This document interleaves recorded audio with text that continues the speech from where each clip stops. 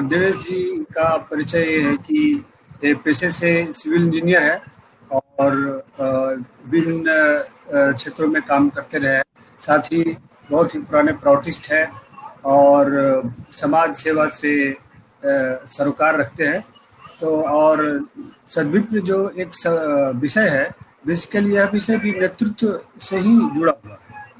तो एक बहुत ही अलग विचार है और विशेष विचार है आदरणीय श्री प्रिया प्रभात रंजन सरकार जी का, जिन्होंने प्रमुख दर्शन प्रतिपादित किया है। तो जिसमें श्री प्रभात रंजन सरकार जी ने चर्चा की है 4 वर्णों की, कि शूद्र, उसके बाद क्षत्रिय, उसके बाद विप्र, वैश्य। और ये जो 4 वर्ण है, ये वर्ण वास्तव में जातिगत नहीं है। ये है हर व्यक्ति का जो साइकोलॉजी होता है उसके ऊपर। कोई किसी का जाति है, समझिए कि मान लीजिए कोई ब्राह्मण है, लेकिन उनके अंदर पौरुषत्व की भावना है और ऐसा कुछ काम करते हैं जिसमें कि पौरुष उनका बढ़ा हुआ दिखे, तो वो क्षत्रिय कहेंगे। और कोई क्षत्रिय जाति से लेकिन उनके अंदर व्यापार करने की क्षमता है, तो वो वैश्य कहलाएंगे। और एक और विषय है जिसको कहते हैं, एक ऐसा युग आता है जब ये विप्र और क्षत्रिय, ये सब लोग एक परिस्थिति के चाप में आकर के, एक परिस्थिति के चाप में अपनी जो वास्तविक जो गुण है उसके अनुसार काम नहीं कर सकते हैं, तो उसको हम कहते हैं विक्षुब्ध शूद्र। तो विक्षुब्ध शूद्र जो है वास्तव में शूद्र नहीं है, वो मतलब उनका मन, शूद्र मतलब जो सिर्फ पेट के लिए काम करे, विप्र मतलब जो इंटेलेक्चुअल वर्क करे, और क्षत्रिय मतलब जो वॉरियर हो, उनका माइंड साइकोलॉजी वॉरियर। तो परिस्थिति जन्य में इस सिचुएशन में एक विक्षुब्ध शूद्र नाम का विषय भी। तो ये जो लीडरशिप से ही जुड़ा हुआ मैं कह रहा हूँ। तो एक जो सद्विप्र है, उस सद्विप्र में बहुत सारा उदाहरण ऐसा देखा कि कोई जैसे समाजवादी आंदोलन हुआ, आप हार के वर्षों में देखेंगे कि 1970 में समाजवादी आंदोलन हुआ, बड़े बड़े नेता आए, क्रांति की बातें की, लेकिन कालांतर में जब उनके हाथ में शासन आया तो उनके ऊपर बड़े बड़े करप्शन के चार्जेस भी लगे। उसी तरह से हम देखते हैं कि जो ट्रेड यूनियंस होते हैं उसमें नेता नेगोशिएशन करने जाते हैं फर्म के मालिक के साथ, लेकिन वो बिक जाते हैं, उस तरह की बातें होती हैं। फिर या समाज में एक जो बहुत सारे लोग हैं जो कि आज जैसे आज का वैश्य युग है, तो वैश्य युग में हर व्यक्ति चाहे भी बड़ा पढ़ा लिखा व्यक्ति हो या वॉरियर हो, आज के डेट में ऐसी परिस्थिति बन गई है पूंजीवादी व्यवस्था के अंतर्गत कि कोई समाज के बारे में सोच नहीं रहा। तो यह जो एक बहुत बड़ा एक क्रूशियल पीरियड है, इसको तोड़ करके कैसे निकलेगा, यह भी एक विषय, बहुत बड़ा विषय है। तो ये सारे विषय जो है सद्विप्र नाम का जो विचार है उससे जुड़ा हुआ है, नेतृत्व से जुड़ा हुआ है, शोषण से जुड़ा हुआ है, और समाज निर्माण, समाज आंदोलन से भी यह जुड़ा हुआ है। तो देवेश जी हैं जो इसके ऊपर इनका शोध है, तो देवेश जी से मैं आग्रह करूंगा कि सद्विप्र विषय पे अपना व्याख्यान दें। देवेश जी, मेरी आवाज आ रही है? जी एकदम क्लियर है। क्लियर आवाज आ रही है? जी जी एकदम क्लियर है, बोलिए। हाँ। तो मेरा सब्जेक्ट है सद्विप्र। एक्चुअली ये सद्विप्र वर्ड तारक ब्रह्म बाबा ने लाया, क्योंकि जो पिछले तारक ब्रह्म थे कृष्ण, लॉर्ड कृष्ण, उस समय में लोग सिंपल मोरालिटी बहुत फॉलो करते थे, स्पिरिचुअल मोरालिटी कोई फॉलो करता नहीं, बहुत कम लोग फॉलो करते थे। तो उसी बात को आगे बढ़ाने के लिए परम पुरुष बाबा ने एक नया शब्द दिया, सद्विप्र। सद्विप्र के बिना प्रौढ़ की कल्पना नहीं की जा सकती है। परम पुरुष बाबा ने जो प्रौढ़ फिलॉसफी दी है, प्रौढ़ को इम्प्लीमेंट करना है, तो प्रौढ़ को कौन इम्प्लीमेंट करेगा? इसके लिए बाबा ने एक वर्ड दिया, सद्विप्र। सद्विप्र एक बहुत इम्पोर्टेंट सब्जेक्ट है, क्योंकि जब तक सद्विप्र हमारे साथ नहीं रहेंगे तब तक हम कल्पना नहीं कर सकते हैं कि प्रौढ़ गवर्नमेंट आएगा, सद्विप्र समाज आएगा, या राम राज्य जो आजकल के शब्द बोले जाते हैं, राम राज्य आएगा। ये सद्विप्र बनना बहुत जरूरी है। सद्विप्र हम कैसे बनेंगे, क्यों बनेंगे, सद्विप्र क्या करेगा, इसके बारे में बाबा कहते हैं कि अभी जो स्थिति है लीडर्स की, पहले हम एक देख लें कि आजकल क्या लीडर्स करते हैं। जो आजकल लीडर्स हैं उनमें सद्विप्र का 1% भी गुण नहीं है। सद्विप्र के बारे में बाबा बोलते हैं कि those who are moralist, those who are spiritualist and who fights against immorality will be called as sadvipra. कहने का मतलब है जो मोरलिस्ट हो, जो स्पिरिचुअलिस्ट हो और जो अन्याय के खिलाफ आवाज उठा सकते हैं वही सद्विप्र हैं, और दूसरा कोई सद्विप्र नहीं हो सकता है। आजकल देखिए, आजकल तो 99% लीडर खुद करप्शन में लिप्त हैं और खुद गलत काम करते हैं और इमोरल हैं। उनसे हम लोग कैसे उम्मीद कर सकते हैं कि वो देश को लीड करेंगे और एक अच्छा समाज दे पाएंगे। इसीलिए बाबा ने कहा कि सद्विप्र बनना है, सबसे पहले सद्विप्र बनना है। और सद्विप्र बनेगा कौन? Spirituality is the base, morality is the base. Moralist होना चाहिए, सद्विप्र होना चाहिए, और जिसमें ताकत हो अन्याय के खिलाफ आवाज उठाने की। जो अन्याय देख करके आवाज नहीं उठा सकता वो सद्विप्र बनने के काबिल बिल्कुल नहीं है। बाबा ने पहला जो क्वालिफिकेशन दिया है लीडर्स के लिए वो है सद्विप्र। केवल सद्विप्र ही लीडर होगा। बाबा ने तो यहां तक कहा है कि only sadvipra will fight elections, only sadvipra will fight elections. जब प्राउड गवर्नमेंट आएगा, अभी तो नहीं है, लेकिन जब आएगा तो उस समय केवल सद्विप्र को ही इलेक्शन लड़ने का परमिशन मिलेगा और किसी को नहीं मिलेगा permission. Only sadvipra will fight elections and sadvipra will lead the government. बाबा का ये शब्द है, if government adopts the ideals of PROUT the rule of sadvipra will prevail. ये बाबा ने अपनी डिस्कोर्सेज ऑफ प्राउड में कहा है, जो प्राउड इन नटसेल के पार्ट 4 में प्रिंट हुआ है। बाबा कहते हैं कि PROUT will be established by sadvipras through revolution. PROUT को केवल सद्विप्र ही एस्टेब्लिश करेंगे रिवॉल्यूशन के थ्रू।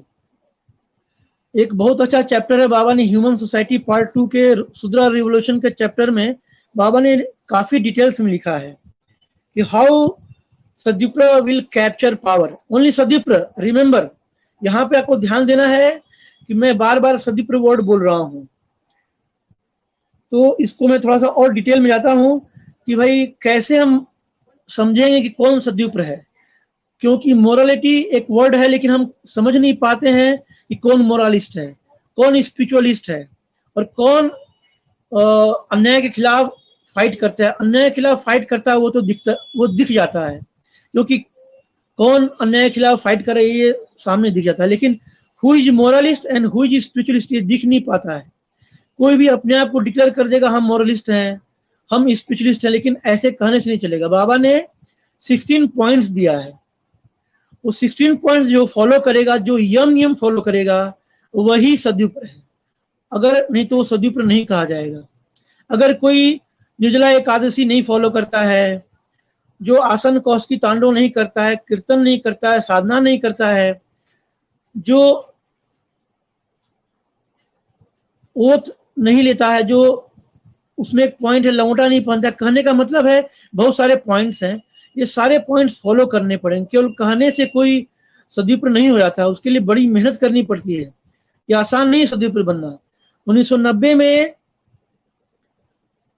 परम पुरुष बाबा से एक दादा ने पूछा एक मीटिंग के दौरान कि बाबा प्राउड गवर्नमेंट कब आएगा। बाबा ने कहा था कि मुझे 5 सद्विप्र लाकर दे दो, मैं अभी प्राउड गवर्नमेंट स्टेब्लिश कर लेता हूं। कहने का मतलब है कि उस समय तक 5 सद्विप्र भी इस दुनिया में नहीं थे। आप केवल इंडिया और कलकत्ता की बात मैं नहीं कर रहा हूं, पूरी दुनिया की बात कर रहा हूं। तो जब तक सद्विप्र सफिशिएंट नंबर में नहीं होंगे प्राउड गवर्नमेंट स्टेब्लिश नहीं होगा।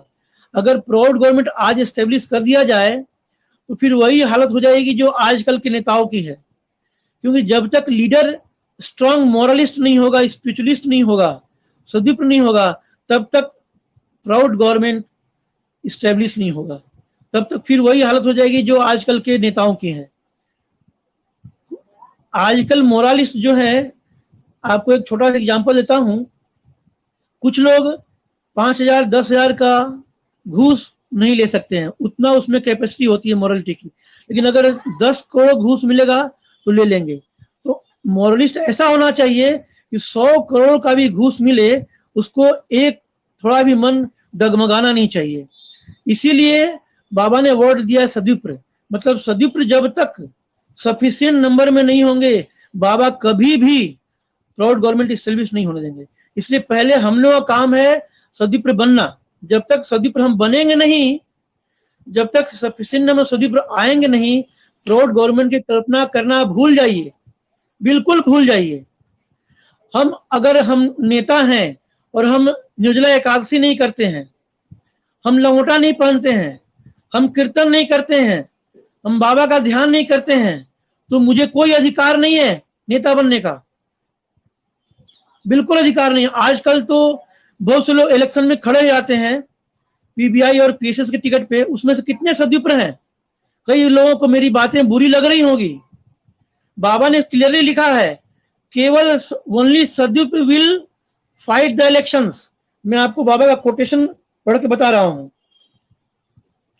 Only sadvipra have the right to engage in politics, others will be swept away from politics. ये बाबा ने किसमें लिखा है? ये 4 जून 1959 में बाबा ने कह दिया। ये टॉक्स ऑन प्राउड पार्ट 15 में, चैप्टर टॉक्स ऑन प्राउड में बाबा ने लिखा है कि only sadvipra have the right to engage in politics, others will be swept away. अभी मुझे बताइए, जितने लोग खड़े होते हैं समाज के नाम से, हमारे 44 समाज हैं और पीबीआई हैं, पीएसएस हैं, कितने लोग सद्विप्र हैं? कितने लोग अपने को दावा कर सकते हैं वो सद्विप्र हैं? यही कारण है कि अभी सद्विप्र समाज नहीं आ रहा है। पहले हम लोगों को अपना आधार मजबूत करना होगा, सद्विप्र बनना होगा। अगर सद्विप्र नहीं बनेंगे तो भूल जाइए आप प्राउड गवर्नमेंट और सद्विप्र समाज, बिल्कुल भूल जाइए। 16 पॉइंट्स है, अगर हम फॉलो नहीं करेंगे। बाबा ने भी एक लिखा है कि those who are adamantly strong in 16 points are सद्विप्रास।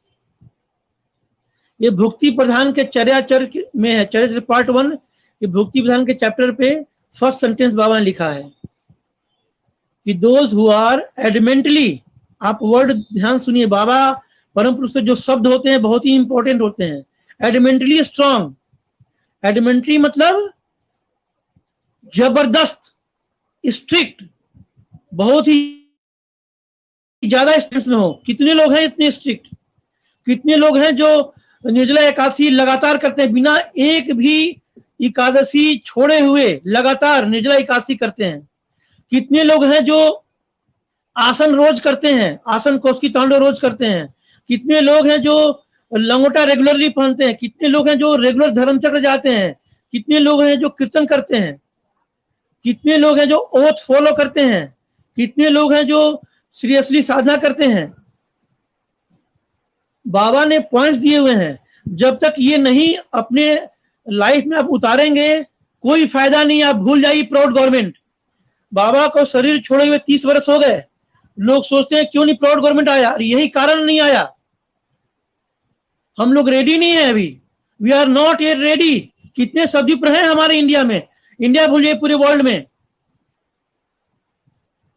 यहाँ प्रोग्राम होता है, 300 मार्गी अटेंड करते हैं, बीच में एकादशी था, 300 में से केवल 5 लोग एकादशी किए थे। आप भूल जाइए प्राउड गवर्नमेंट। सद्विप्र बनना है, सद्विप्र। ये फास्टिंग क्या, एकादशी क्या है? This is the first example of sacrifice. जब हम 24 घंटा खाना नहीं छोड़ सकते हैं, जब सेक्रीफाइस करने की इतनी हमारे में ताकत नहीं है, तो दुनिया के लिए हम क्या सेक्रीफाइस करेंगे? भूल जाइए प्राउड गवर्नमेंट। बहुत जरूरी है। बाबा ने इसीलिए, क्यों डिले हो रहा है, इतना अत्याचार हो रहा है दुनिया में, लेकिन प्राउड गवर्नमेंट क्यों नहीं आ रहा है? अभी रेडी नहीं है हम लोग, we are not yet ready. अभी सद्विप्र नहीं है। अब बाबा की तो चुटकी भर का खेल है, वो कल सदीप समाज ला देंगे। लेकिन वेदर वी आर रेडी, हम लोग रेडी हैं? बिल्कुल रेडी नहीं है। कल अगर बाबा ला दें सदीप समाज, प्राउड गवर्नमेंट, कितने लोग रेडी हैं? उनको चुपचाप 100 करोड़ घूस दो, फिर फिसल जाएंगे। इतने मोरलिस्ट होना चाहिए, इतने स्पिरिचुअलिस्ट होना चाहिए कि बाबा उन पर भरोसा कर सके। इसलिए सदीप बनना बहुत जरूरी है। जो लंबी लंबी बातें करना ठीक नहीं है। बहुत से लोग इलेक्शन सीधे खड़े हो जाते हैं, आप नहीं जीतोगे। इसीलिए सदीप बनना बहुत जरूरी है। हम लोगों को सदीप बनना पड़ेगा। बाबा ये तुरंत प्राउड गवर्नमेंट एस्टेब्लिश कर देंगे, बहुत तुरंत। सदीप के ऊपर 4-5 चैप्टर है, सभी को पढ़ना चाहिए। मैं 5 चैप्टर का नाम ले रहा हूं, सभी से अनुरोध है 5 चैप्टर पढ़ें। प्राउड 18, प्राउड पार्ट 18 में एक चैप्टर है सदीप बोर्ड। जो प्राउड गवर्नमेंट बनेगा, सदीप बोर्ड रहेगा। सदीप बोर्ड में 4 बोर्ड बाबा ने बनाए हैं। पहला है supreme board of sadvipras, जो सारे डिसीजंस लेंगे। दूसरा है legislative board of sadvipras. Third है executive board of sadvipras. Fourth है judicial board of sadvipras. इसके अलावा भी सब बोर्ड है। बाबा ने ये सदीप बोर्ड के चैप्टर में लिखा है क्लियरली। आप पढ़ेंगे तो मालूम हो जाएगा कि Prout government will be led by सदीप बोर्ड। सेकेंड आप चैप्टर पढ़िएगा, Shudra revolution, human society part 2 का एक चैप्टर है शुद्रा रिवोल्यूशन। बहुत ही इंपॉर्टेंट चैप्टर है, उसमें पढ़िए। बाबा ने उसमें रोल बताया है सदीप का क्या रोल रहेगा। फिर प्राउड पार्ट 4, उसमें एक चैप्टर है डिस्कोर्सेज ऑन प्राउड। उसमें बाबा ने बहुत ही क्लियरली लिख दिया है वर्ल्ड गवर्नमेंट और प्राउड गवर्नमेंट कैसे बनेगा और उसमें सदीप का क्या रोल रहेगा। फिर एक चैप्टर है talks on proud, proud part 15 में है। इसमें भी बाबा ने सदीप का रोल बताया है, क्या रोल रहेगा। फिर एक प्राउड पार्ट 21, उसमें एक चैप्टर है न्यूक्लियर रिवोल्यूशन, कैसे रिवोल्यूशन के थ्रू प्राउड गवर्नमेंट को सदीप स्टैब्लिश करेगा। बहुत ही इंपॉर्टेंट चैप्टर से ये आप 5 चैप्टर पढ़ लेंगे, आपको क्लियर हो जाएगा सदीप का क्या रोल रहेगा। मैं धीरे धीरे कुछ और बातें बता रहा हूं आपको। जितना आप लोग डिले करेंगे, 16 पॉइंट फॉलो करना, यम फॉलो करना। देवेश जी, मैं बोलूंगा ये जो आपने बोला है 3-4 जो सारा, इसमें से कुछ बता सकते हैं आप क्या क्या चीज है? ब्रीफ में कुछ है आपने? हाँ है। हाँ, वो बस सबका 2-4 वर्ड्स में थोड़ा सा बताइए दर्शकों को समझने के। ओके। सबसे पहले मैं बताऊंगा आनंद सूत्रम में बाबा ने 5th चैप्टर का 2nd श्लोक है, चक्र केंद्रे सदीपा चंद्र चक्र। थोड़ा सा मैं रुकूंगा आपको। मैं दर्शकों को बता दूं कि प्रोटिस्ट फोरम है का ये मंच है, तो बहुत सारे जो यहाँ पे बहुत विचार के लोग हैं, तो जो लोग आनंद मार्ग को नहीं जानते होंगे उनके लिए मैं बोल दूं कि जो प्राउड है, जो श्री प्रभात रंजन सरकार जी हैं, तो वो यहाँ पर तो समाज गुरु है, समाज गुरु के रूप में है, और यह सोशियो इकोनॉमिक फिलोसफी दिया गया है। लेकिन साथ में यह भी समझना है कि यह एक आध्यात्मिक गुरु भी है, सामाजिक आध्यात्मिक गुरु है। और जो प्राउड के जानने वाले में से अधिकांश लोग आज जो है वो आनंद मार्ग के लोग हैं, और आनंद मार्ग के लोग श्री प्रभात रंजन सरकार को ही प्यार से बाबा बोलते हैं। तो यह जो श्री देवेश जी जो बोल रहे हैं बाबा, वो श्री प्रभात रंजन सरकार जी को ही बोल रहे हैं प्यार से। उनको चूंकि आनंद मार्ग है, तो वो अपना जो उनको गुरु भी है, आध्यात्मिक गुरु भी है, तो वो प्यार से उनको बाबा बोल रहे हैं। तो दर्शकों के मैं बोल रहा हूँ, देवेश जी करिए। ठीक है। तो हमारे निरंजन जी ने मुझे रिक्वेस्ट किया है कि जो मैं 4-5 चैप्टर का नाम लिया उसके बारे में कुछ बताऊं। तो तो मैं अभी बताया था सदीप बोर्ड के बारे में। सदीप बोर्ड एक बाबा ने बनाया है कि जब प्राउड गवर्नमेंट इस्टेब्लिश होगा तो बाबा ने बोर्ड बनाया है। सबसे पहला बोर्ड रहेगा सुप्रीम बोर्ड ऑफ सदीप राज। ये सुप्रीम बोर्ड रहेगा, जितने भी पॉलिसीज होंगे ये सदीप बोर्ड पहले अप्रूव करेगी, उसके बाद ये इम्प्लीमेंट हो जाए। इसमें इंडिया के, अगर इंडिया की बात कर रहा हूं मैं, तो इंडिया में जो सदीप्र जो डिक्लेयर्ड होंगे और जो सिलेक्ट होंगे वो सुप्रीम बोर्ड ऑफ सदीप्राज में रहेंगे, और वो लोग डिसाइड करेंगे सारी पॉलिसी, उनके द्वारा डिसाइड की पॉलिसी ही गवर्नमेंट में लागू होगी। सेकंड है लेजिस्लेटिव बोर्ड ऑफ सदीप्राज, ये लीगल पॉइंट्स है, क्योंकि आजकल देखिए कभी भी कोई किसी पे विवाद होता है तो सुप्रीम कोर्ट लोग पहुंच जाते हैं, लास्ट में सुप्रीम कोर्ट जो फैसला करता है वही फॉलो किया जाता है। हमारे बाबा ने, मैं बार बार बाबा बोलता हूँ, मुझे पिया सरकार कहना अच्छा नहीं लगता है, मुझे दर्शक माफ करेंगे श्रोतागण, मैं बार बार बाबा बोलता हूँ, मैं पिया सरकार में बोल नहीं पाता हूँ, मुझे बाबा बोलने की हैबिट है। कोई बात तो नहीं, वैसे हाँ, तो लेजिस्लेटिव बोर्ड ऑफ सदीप्राज ये हमारा लॉ के मामले में सुप्रीम बोर्ड रहेगा। अगर उसमें सुप्रीम कोर्ट भी रहेगा तो सुप्रीम कोर्ट के ऊपर ये लेजिस्लेटिव बोर्ड ऑफ सदीप्राज रहेगा, इनके द्वारा जो फैसला हुआ रहेगा ये पूरे समाज को मान्य करना पड़ेगा। नेक्स्ट है एग्जीक्यूटिव बोर्ड ऑफ सदीप्राज, जो भी पॉलिसीज एग्जीक्यूट होगी वो इस बोर्ड के थ्रू होगी, एग्जीक्यूटिव बोर्ड ऑफ सदीप्राज। नेक्स्ट है जुडिशियल बोर्ड ऑफ सदीप्राज, जो जजमेंट, ये सब काफी डिटेल है, आपको पढ़ना पड़ेगा, मैं सब कुछ यहाँ बताऊंगा तो कई लोग बोर हो जाएंगे, तो फिर मैं नेक्स्ट बता रहा हूँ शुद्र रिवोल्यूशन, ये ह्यूमन सोसाइटी पार्ट 2 में है, बहुत ही इंपॉर्टेंट चैप्टर है, सबको पढ़ना चाहिए। शुद्र रिवोल्यूशन, निरंजन जी ने अभी कुछ देर पहले बताया था शुद्र किसको बोलते हैं। एक्चुअली मैं ब्रीफ में बता दूं, शुद्र रिवोल्यूशन बाबा ने क्या कहा, देखिए विप्र भी शूद्र हो जाएंगे जब आजकल वैश्य, आजकल जिनके पास पैसा है उन लोगों ने सबको खरीद लिया है, जो आईएएस ऑफिसर हैं, जो काफी बुद्धिमान है, जो AA किए हुए हैं, जो PhD किए, उनको भी पैसा से वो खरीद कर अपने हिसाब से काम कराते हैं। मतलब विप्र अपना विप्र वाला काम नहीं कर रहे हैं, जो वैसे कैपिटलिस्ट हैं, जो जैसा चाह रहे वो वैसा विप्र काम कर रहे हैं। मतलब हम इतने पढ़ने के बाद भी, इतनी डिग्रियां लेने के बाद भी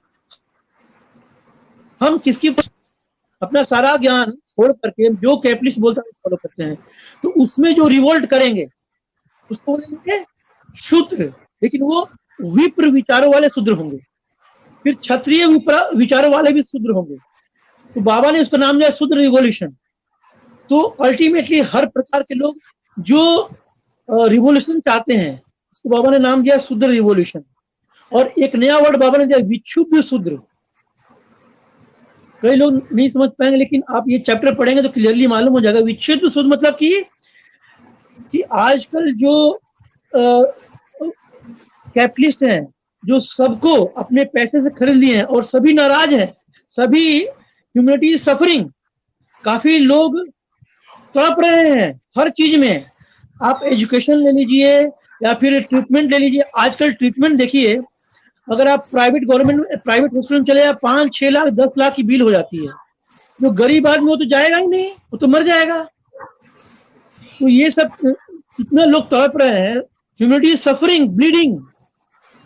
और इसमें एक बात मैं और बोलूंगा कि जैसे हर जो युग है, जो जैसा वर्णन किया गया में कि जैसे विप्र युग, तो विप्र युग जब आंदोलन के बाद विप्र युग आया तो फर्स्ट फेज में वहाँ पे जन कल्याण की चीजें हो रही है।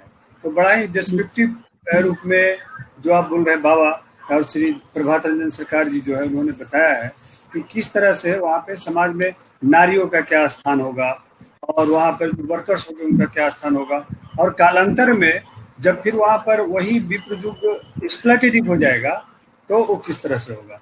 उस तरह से क्षत्रिय युग में भी एक फेज में आपका समाज में एक ट्रांजिशन आया और दूसरे फेज में वो जो है फिर से वहाँ पे प्रॉब्लम्स आया। तो वहाँ पर भी विछुड़ता आएगी, और खास करके जो पूंजीवादी जो अभी व्यवस्था है इसमें इस तरह की व्यवस्था और भी आती है। तो विछुड़ का यह विचार है। तो देवेश जी आगे बताइए प्लीज। हाँ, तो थैंक्स निरंजन दादा।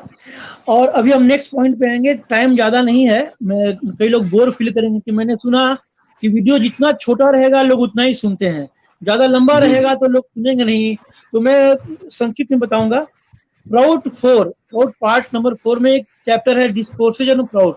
ये बहुत ही इंपॉर्टेंट चैप्टर है। इसमें सदविप्र के बारे में बाबा ने बहुत कुछ लिखा है, डिटेल्स लिखा है कि कैसे गवर्नमेंट चलेगी।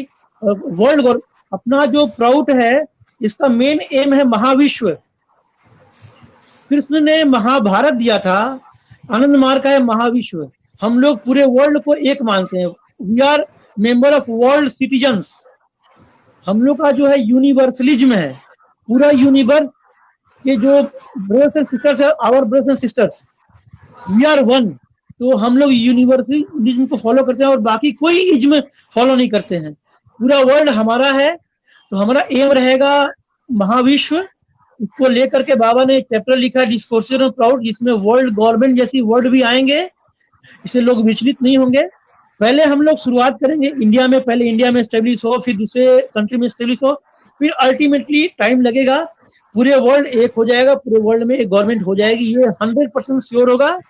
लेकिन पहले हम लोग अभी अपने कंट्री की बात करें तो बाबा ने इसमें लिखा है,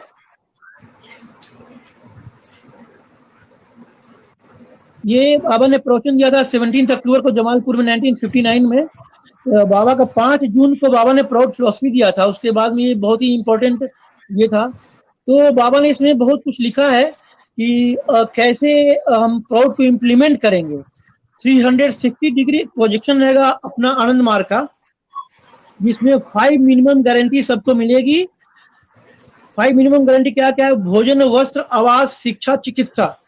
ये 5 पॉइंट बाबा ने दिया है कि हमारे प्राउड गवर्नमेंट में जब सदगुरु समाज स्टेब्लिश हो जाएगा तो पब्लिक को ये 5 चीज के लिए किसी को परेशान होना नहीं पड़ेगा। भोजन, खाने पीने के लिए, वस्त्र, आवास, रहने का घर, और शिक्षा, education. Education will be totally free in proud government. Education till last degree will be completely free. तो इसमें गरीब भी अपने अपने जो उनका क्षमता है, कैलिबर है, वो दिखाएंगे। आजकल क्या है कि पैसे से 15 लाख 20 लाख फीस लगते हैं आजकल MBA में एडमिशन लेने के लिए, इंजीनियरिंग में एडमिशन लेने के लिए और मेडिकल में एडमिशन लेने के लिए। उस समय में कंप्लीटली फ्री रहेगा, तो सबको अपनी प्रतिभा का पूरा अवसर मिलेगा। फिर ट्रीटमेंट भी कंप्लीटली फ्री रहेगा। ये 5 चीज को कैसे इम्प्लीमेंट करेंगे, ये बाबा ने उसमें लिखा है, बहुत ही इंपॉर्टेंट है। और इस सब को इम्प्लीमेंट कौन करेगा? सदविप्र। इसलिए अल्टीमेटली मैं बार बार रिपीट करता हूँ, सदविप्र बनना पड़ेगा। जब तक सदविप्र बनेंगे नहीं, आप प्राउड गवर्नमेंट का ख्याल मन में भी मत लाइएगा, बिल्कुल भूल जाइएगा कि प्राउड गवर्नमेंट आने वाला है। इसलिए सदविप्र बहुत जरूरी है।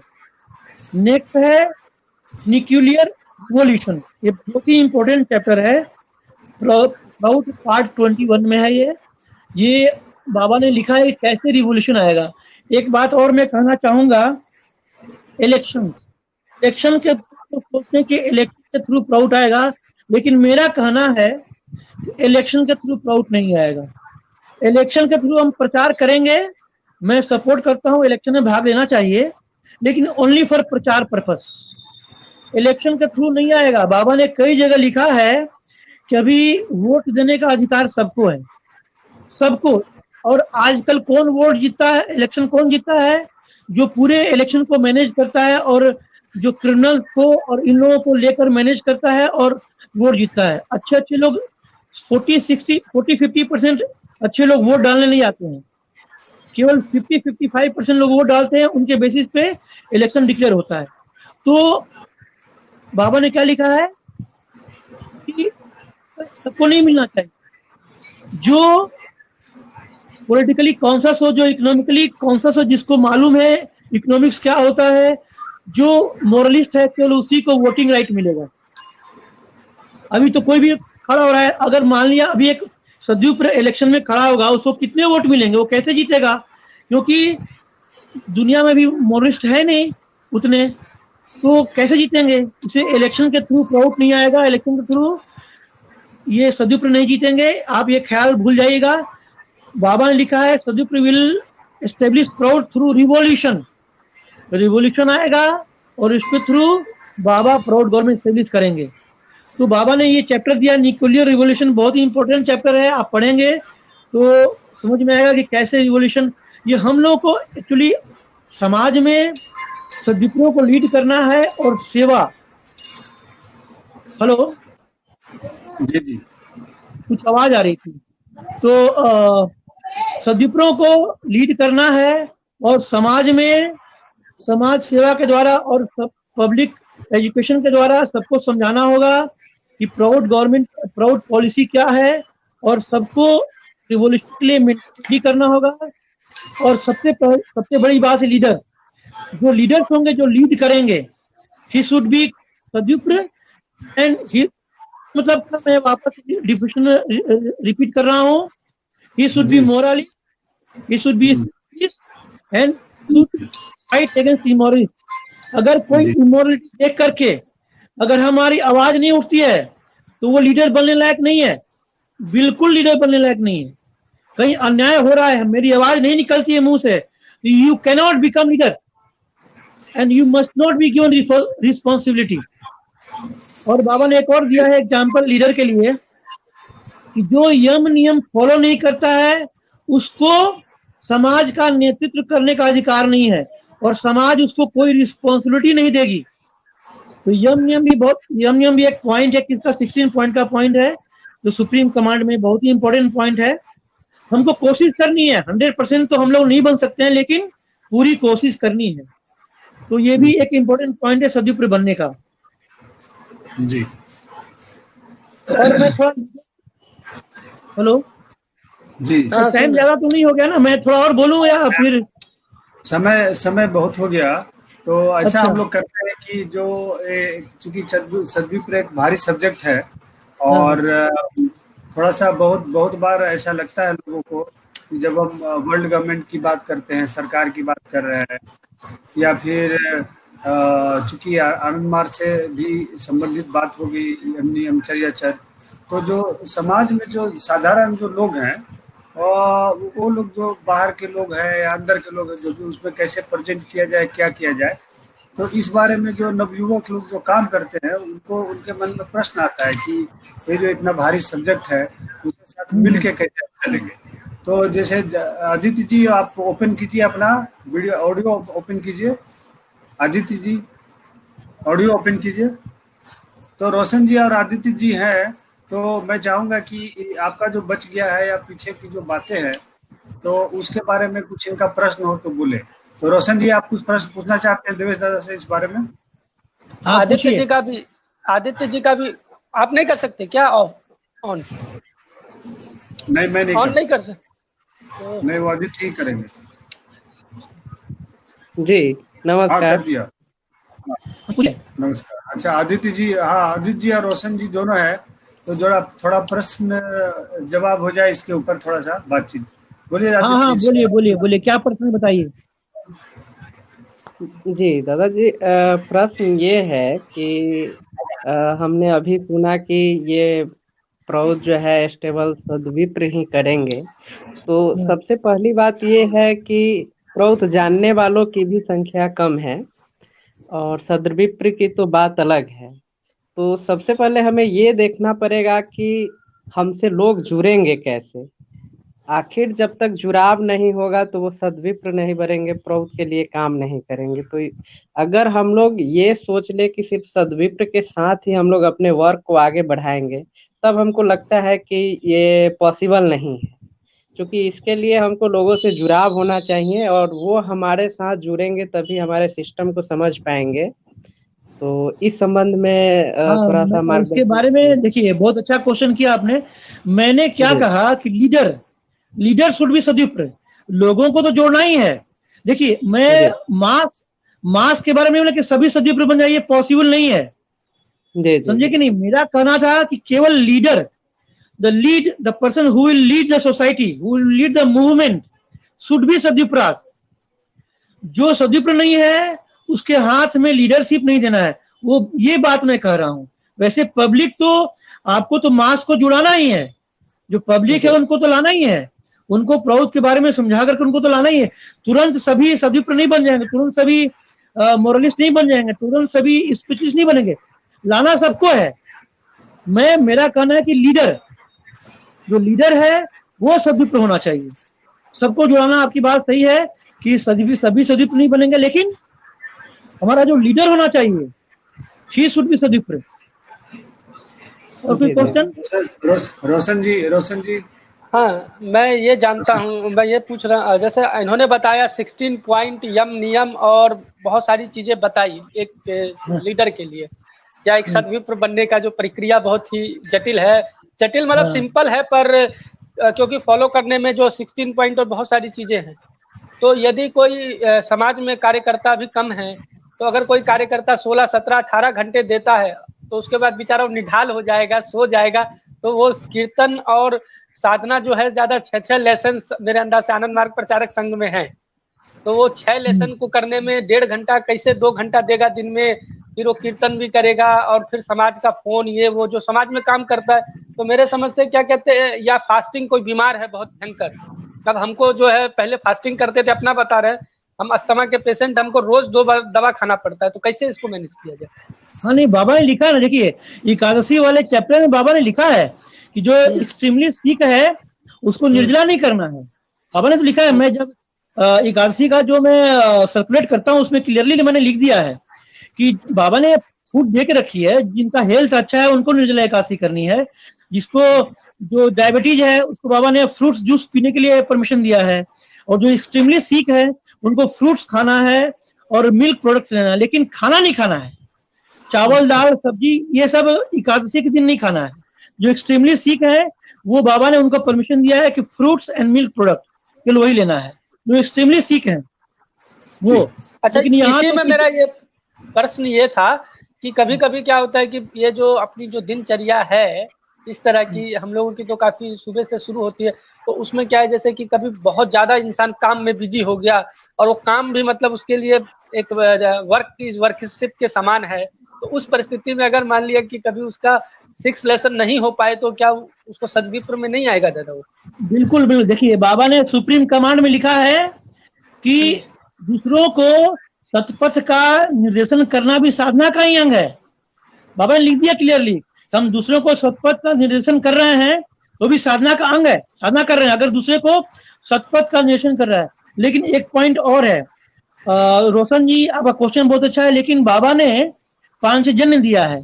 सुबह अगर हम 5 बजे उठते हैं तो हम 5 बजे उठ के कीर्तन भी कर लेंगे और 6 लेसन पूरा कंप्लीट भी कर लेंगे। हम 6, 6:30, 7 बजे तक आसन वगैरह करके मैक्सिमम 8 बजे तक हम रेडी हो जाएंगे, और 8 बजे के पहले आप समाज में जा भी नहीं सकते, कहीं जाना है तो 8 बजे के बाद ही आप जाते हैं। तो ये जो स्पिरिचुअल पार्ट है ना, ये सुबह 5 से लेकर के 8 बजे के बीच में आपको कंप्लीट कर लेना चाहिए। तो फिर बाद में ये बहुत जरूरी है दादा, spirituality is the base of proud. Proud है ना, प्राउड बेस है स्पिरिचुअलिटी। सुबह पांजन करना, अगर मान लिया आप थक गए सुबह पांजन के लिए नहीं भी उठे, कोई गलत काम नहीं है, लेकिन सुबह आप 6 बजे भी उठते हैं तो उठ करके आपको साधना कर लेनी है। सबसे पहला काम साधना है, साधना कर लेनी है और आसन कोष्ठी तांडव कर लेना है। उसके बाद फिर रेडी हो जाइए समाज काम के लिए, ये सबसे पहले जरूरी है। बाबा ने कई वर्कर्स को पीटा था कि सबसे पहले तुम्हारे पास 10 मिनट टाइम है तो पहले 5 मिनट साधना करो, फिर 5 मिनट दूसरा काम करो। पहले फर्स्ट प्रेफरेंस तो साधना देनी ही पड़ेगी। सुबह सुबह उठ करके आपको कीर्तन साधना आसन कोष्ठी करने के बाद यू आर फ्री, आप 8 बजे निकल जाएंगे। और अगर दिन भर काम करने के बाद आप थक जाते हैं और शाम को साधना नहीं हो पाती है, कोई दिक्कत नहीं है, 80 बार जप करके खाना खा लीजिए और सो जाइए, आपको बाबा हेल्प करेंगे। बाबा ने लिखा क्लियरली सुप्रीम कमांड में कि दूसरों को सतपथ का निर्देशन करना साधना का ही अंग है। साधना का अंग बता दिया बाबा ने। हमारे कहने का मतलब ये है कि जिनके पास जो समाज में काम कर रहे हैं, जिनको बहुत काम करना है, तो उनके लिए समय को देख के मतलब कि थोड़ी शिथिलता दी जा सकती है, क्योंकि वो समाज में उनको... लेकिन साधना देखिए प्रेफरेंस देना है साधना को, साधना तो करनी ही पड़ेगी। उसमें कोई साधना की बात नहीं कह रहा हूँ दादा, साधना की बात नहीं कह रहा हूँ मैं, मतलब बहुत सारी चीजें हैं जिसमें अगर समाज में वो उलझ गया तो उसमें क्या है कि जैसे आपने 80 बार बोला जाप कर लो या फर्स्ट लेसन 6 लेसन कर लो, जो प्रायोरिटी है वो कह रहा हूँ मैं। अगर बीच का कभी लेसन छूट भी जाए तो उसमें डरने घबराने की बात नहीं। देखिए सुबह देखिए मैं भी अपनी सुबह तो मैं सुबह में 6 लेसन कर लेता हूँ, शाम को मैं नहीं कर पाता हूँ। मैं बता रहा हूँ अपनी बात में, शाम को कभी 1 लेसन होता है, कभी 2 लेसन, कभी कभी मैं 80 बार जब के भी खाना खा लेता हूँ। लेकिन सुबह तो आपको एक टाइम 6 लेसन करना पड़ेगा, उतना आपको रेगुलर होना पड़ेगा, ये बहुत जरूरी है दादा। दादा देखिए बहुत ऐसे ऐसे दादा मैं देखा हूँ जो बहुत काम किए और साधना की कमी की वजह से छोड़ दिए और अभी आनमार्गी भी नहीं है। इसीलिए स्पिरिचुअलिटी इज द बेस, ये बहुत जरूरी है, जी बहुत आ, जरूरी है स्पिरिचुअलिटी बेस। जी जी आदित्य जी, ठीक है ना। आपको यह सवाल है आपका? नहीं जी दादा, आपका? हो गया जी जी ठीक है। तो है आदित्य जी कि धन्यवाद आपको, और रोशन जी आपको भी धन्यवाद। तो मैं एक बात और यहाँ पे क्लियर कर दूं कि जो आनंद मार्ग की जो जीवन पद्धति है, जिसमें 16 विधि की भी बात कर रहे हैं देवेश जी, तो उसमें 16 पॉइंट बोल रहे हैं।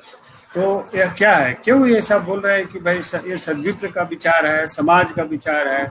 उसके बाद में 16 पॉइंट की बात बोल रहे हैं, यम नियम की बातें बोल रहे हैं। तो इसमें आप देखिए, अभी अब रामदेव बाबा आ गए हैं, तो अभी और देखिए, अभी यहाँ पे बहुत सारे कौन राय चौधरी आ गए, उन्होंने कुछ आविष्कार किया अभी कोरोना में। वो बोलते हैं कि 3 दिन, एक दिन जो है लिक्विड नारियल पानी पियो, दूसरा दिन कुछ और खाओ, और तीसरा दिन बस हो गया टनाटन। रामदेव बाबा का तरह तरह का योग किए, उसके ऊपर डायबिटीज के ऊपर उनका शोध है, ब्लड प्रेशर के ऊपर शोध है कि सिर्फ योग करने से ही आपका ये सब बीमारी ठीक हो जा रहा है। तो उसी तरह से यह जो 16 पॉइंट है वास्तव में शुरू के जो नियम है शरीर के लिए है कि आपको किस तरह से आप यूरिनेशन जाते हैं तो पेशाब जो जाते हैं उसके बाद भी आपका जो है उसको पानी का प्रयोग करना है, लंगोटा क्यों पहनना है, और तो अपनी साधना क्यों करना है, खाना खाने से पहले, सोने से पहले, पढ़ाई से पहले आपको हाथ पैर धोना है। तो ये सारा चीज जो है, ये सारी चीज शुचिता से संबंधित है, शरीर विज्ञान से संबंधित है। और फिर जो आपको साधना बोल रहे हैं, वो तो आज सब कोई बोल रहे हैं कि भाई थोड़ा मेडिटेशन करो, थोड़ा मेडिटेशन करो, बैठ करके मन को शांत करो, ध्यान करो, ये बातें बोली जा रही है। फिर है कुछ चीजें है कि आदर्श जो है आपका जीवन में, मान लिया आपने जो भी आदर्श दिया, उस आदर्श के प्रति कठोरता हुई। और फिर कुछ सामाजिक वैल्यूज है, जैसे कि आप मान लीजिए किसी व्यक्ति से बात कर रहे हैं तो कैसे बात करेंगे, जैसे कि छोटी छोटी बातें हैं कि जैसे आपके हिसाब से बड़े उम्र के व्यक्ति आ गए तो आप खड़े हो जाएंगे, आप किसी को किसी के आप जब छींक रहे हैं तो हाथ पे किस तरह से रुमाल रखेंगे। तो ये जो 16 पॉइंट है, ये कोई ऐसा कोई बहुत बड़ा हार्डलाइनर चीज और ऐसा नहीं है, ये बहुत ही प्रैक्टिकल चीज है, जिसको पालन करने से क्या होता है, एक व्यक्ति शारीरिक मानसिक रूप से स्वस्थ होता है, और उसमें क्या है, काम करने की दृढ़ता आती। काम मतलब सामाजिक जो काम है, समाज के प्रति जो त्याग करने की भावना है, यह जगती है। आज देखिए, आज के परिस्थिति में यह जो देवेश जी हैं, जो खुद भी बहुत सारे मल्टीनेशनल में भी काम कर चुके हैं, सिविल इंजीनियर हैं, बहुत बड़े बिल्डर्स वगैरह काम करते हैं, तो हर तरह का जो भौतिक दुनिया है उसको देख रहे हैं, साथ में जो शोषण है उसको भी देख रहे हैं। तो आज के परिस्थिति में जो सद्विप्र का विचार है, जो थोड़ा सा हार्डलाइनर लगता है, तो बिना इस तरह के मतलब जीवन शैली को फॉलो किए हुए यह संभव नहीं है कि आप किसी तरह से समाज में न्याय है उसके खिलाफ खड़े होने का शक्ति एकत्रित कर पाएंगे। तो ये अपना प्राण धर्म बढ़ाने के लिए, आपकी शरीर को स्वस्थ रखने के लिए, आपकी मानसिक शक्ति को स्वस्थ रखने के लिए, और जो आत्मिक शक्ति है वह जो अब आप जो मेडिटेशन बोलते हैं, अब तो कोई बहुत बड़ा डॉगमा नहीं रहा। तो मेडिटेशन में क्या करते हैं, जब एक बड़े बृहत का भाव लेते हैं, परम पुरुष का भाव लेते हैं, तो मन आपका बृहत होता है, और इस बृहत मन से समाज को आप अपने अंदर समाहित करते हैं। और जब ये जो समाज के अंदर जब समाहित करते हैं, तभी तो जो लोग समाज में पीड़ित है, वो लोग को भी आप जो है अपना भाई बहन समझेंगे और उनके लिए काम करेंगे। तो यह सद्विप्र का विचार है। उसके बारे में देवेश जी ने और भी चीजें, चूंकि सब्जेक्ट बहुत बड़ा है इसलिए इन्होंने ब्रीफ में बताया कि किस तरह से सद्विप्र के जो विचार है, सद्विप्र कौन होगा, इसके बारे में बोला गया है। वो 16 पॉइंट को फॉलो करने चाहिए, यम नियम को फॉलो करने चाहिए, उनकी दिनचर्या कैसी होनी चाहिए, वो आध्यात्मिक होनी चाहिए। सारी बातों के साथ साथ इन्होंने यह भी बताया कि सद्विप्रों का किस तरह का बोर्ड होगा, एक सुप्रीम बोर्ड होगा, एक लेजिस्लेटिव बोर्ड होगा, एग्जीक्यूटिव बोर्ड होगा और जुडिशियरी बोर्ड होगा। और ब्रीफ में इन्होंने बताया कि किस तरह से हो, एक काम करेंगे, एक क्या काम करेंगे। उस तरह से विचुत सूत्र का क्या कॉन्सेप्ट है उसके बारे में बताया। और सद्विप्र किस तरह से एक न्यूक्लियर रिवोल्यूशन ला करके समाज में परिवर्तन करके सरकार को एक पॉलिटिकल जो सरकार बात इसलिए की जाती है कि सरकार आपके पास तमाम शक्तियां हैं, वो सारा हमारा रेवेन्यू कलेक्ट करती है और वो जो है जो भी सोशो इकोनॉमिक पॉलिसी होगा उसके लिए वो पैसा भी प्रदान करेगी। तो बहुत सारे ऐसे पॉलिसीज हैं जिसके ऊपर एक नैतिकवान और सोशल आउटलुक जो सद्विप्र है उसको वो कौन है, वो फिजिकली फिट है, मेंटली साउंड है, स्पिरिचुअलिस्ट है और उसके अंदर समाज के प्रति दर्द है, समाज का शोषण के खिलाफ संघर्ष करेगा। ऐसा व्यक्ति अगर कहीं जो किसी तरह से एक मेजॉरिटी में सरकार में आ जाता है तो हम सब समझेंगे कि जरूर जो राम राज्य की बात की जाती है उसी परिकल्पना जरूर साकार होगी। तो इसको ब्रीफ में देवेश जी ने बहुत कुछ बताया और हमारे जो दर्शक हैं उनको साथ में होमवर्क भी दे दिया कि ये चैप्टर्स हैं, यहाँ पर जो है आप सद्विप्र की और भी व्याख्या पढ़ सकते हैं। तो देवेश जी को बहुत बहुत धन्यवाद कि सद्विप्र की व्याख्या किया और जरूर हम चाहेंगे कि और भी अगला क्लास लें जिसमें जो है आप डिफरेंट जो बोर्ड्स हैं उसके बारे में डिटेल से बताएं और एक जो शुद्ध है और जो सद्विप्र कैसे जो है सरकार की ओर आगे बढ़ेगा। तो आप थोड़ा सा टाइम लेकर के 10 दिन 20 दिन बाद जरूर हम लोग को फिर से ज्ञान दें। बहुत बहुत आपको धन्यवाद, दर्शकों की तरफ से भी बहुत बहुत धन्यवाद।